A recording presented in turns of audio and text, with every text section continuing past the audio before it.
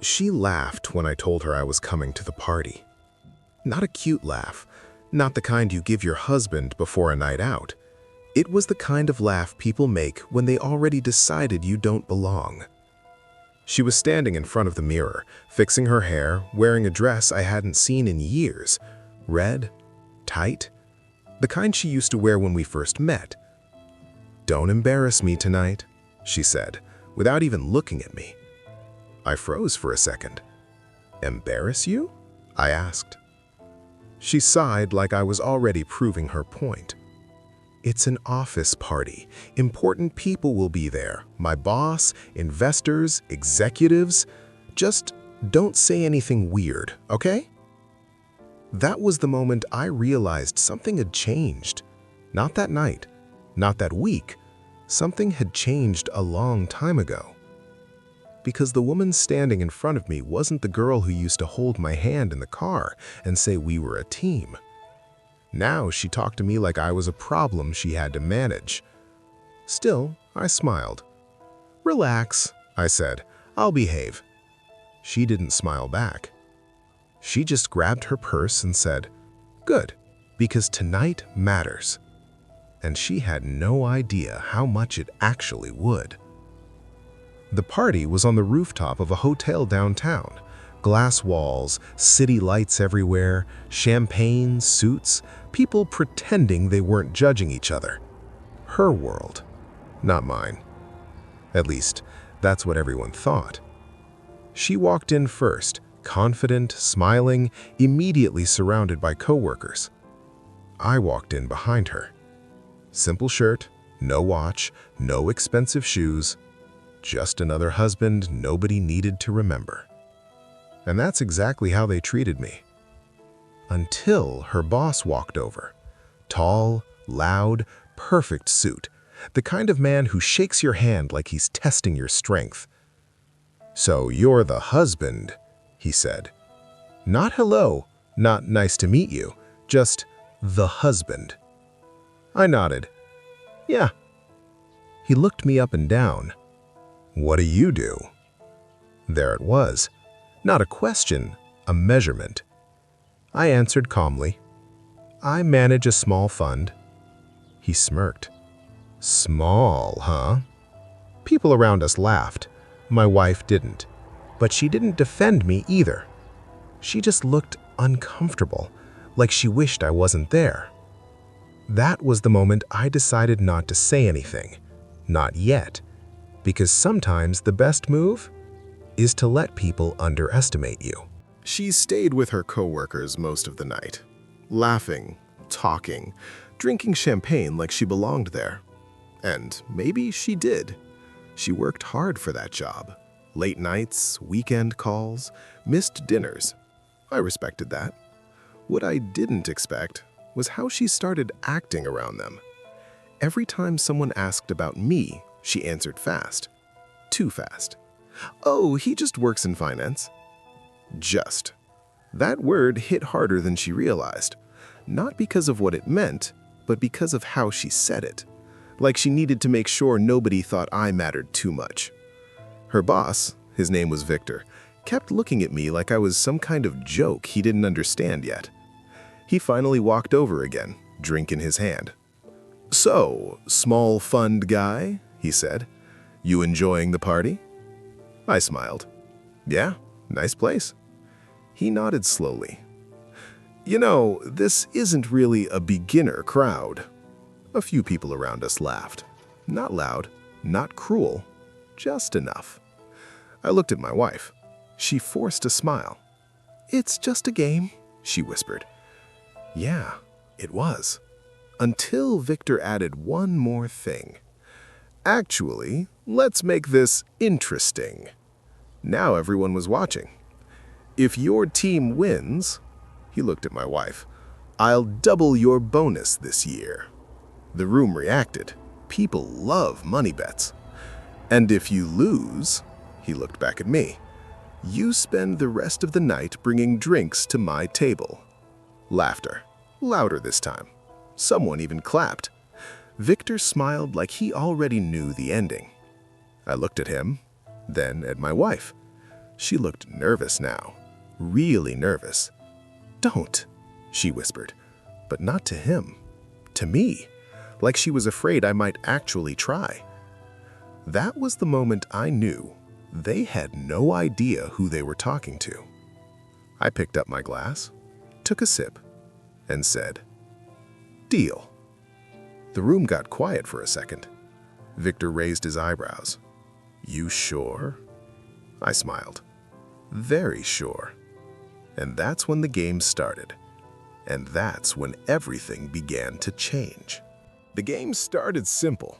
First question, basic market knowledge. My team looked at each other. Nobody sure. I answered, correct. Second question, corporate valuation. One of the juniors guessed, wrong. I gave the right number. Victor glanced at me. Just a quick look, nothing serious yet. Third round, mergers and acquisitions. More complicated. People started whispering. My team looked at me before anyone else spoke. I answered again, correct. Victor's smile got smaller. Fourth round, global markets. Hard question. Nobody answered for a few seconds. I said the name of the deal, the year, and the firm involved. The host blinked. That's correct. Now people were watching, not laughing, watching. Victor crossed his arms. "Okay," he said, "let's make this harder." Of course he did. People like him always do when they feel control slipping. Next question, a real one, not textbook. A specific restructuring case from years ago, the kind of thing only people inside the deal would know. Silence. Nobody spoke. Victor looked confident again. Then I said the answer. Not just the answer, the details, the numbers, the secondary firm that got absorbed, the legal workaround they used, the final valuation after the restructure. The host stared at the card, then at me. That is completely correct. The room went quiet. Not party quiet, different quiet. Victor looked at me slowly. "Where did you say you work?" I took a sip of my drink. "I manage a fund." He smirked. "Yeah, you said that." I nodded. "A private equity fund." Pause. "About $4 billion in assets." Nobody laughed, nobody moved. Victor's face changed. Not a lot, just enough. "What's the name?" I told him. And that was the moment, because he knew the name. Everyone in that room knew the name. Victor blinked. Once, twice. "You're serious?" I shrugged. "You pitched to us in 2020. Now the silence felt heavy, like the air got thicker. Victor's smile disappeared. Rachel was standing across the room, hand over her mouth, eyes wide. She looked at me like she was seeing me for the first time. Victor cleared his throat. "Well?" He looked around. "I guess we have a winner." Nobody cheered, nobody laughed. They just stared. Because the guy they thought didn't belong there was the one who owned half the room. Victor forced a smile. "Looks like Rachel gets that bonus." I nodded. "You said double." He nodded back. Double. And for the first time all night, he sounded careful. The party ended an hour later. People kept coming up to me, shaking my hand, asking questions. Suddenly, everyone wanted to talk. Funny how that works. Rachel stayed quiet the whole time. She didn't leave my side, not like before. When we finally went outside, the rooftop was almost empty. Cold air, city lights below. She leaned on the railing, didn't look at me at first. "You never told me," she said. Her voice was soft, not angry, not proud, just confused. I stood next to her. "You never asked." She looked at me. $4 billion? I smiled a little. "Give or take." She laughed. Half laugh, half tears. "I spent 3 years trying to prove myself in that place." "I know. And you just stood there, letting them talk to you like that." I shrugged. It wasn't about me. She stared at me. "Why didn't you say anything?" Because that was the truth, the real one. I didn't marry them. I married you. She looked down, then back at me. Her eyes were wet now. I thought you didn't understand my world." I shook my head. "I understood it better than you think." Silence. Wind moving across the rooftop. City noise far below. She stepped closer. "Are you mad?" I thought for a second, then said the truth. "No." "Why?" "Because tonight wasn't about proving who I am." She looked at me. "Then what was it about?" I looked at the city lights, then back at her. "It was about seeing who stays with you when nobody knows who you are." She didn't say anything, just leaned into me. And we stood there, quiet. No crowd, no boss, no game. Just us. Two people on a cold rooftop.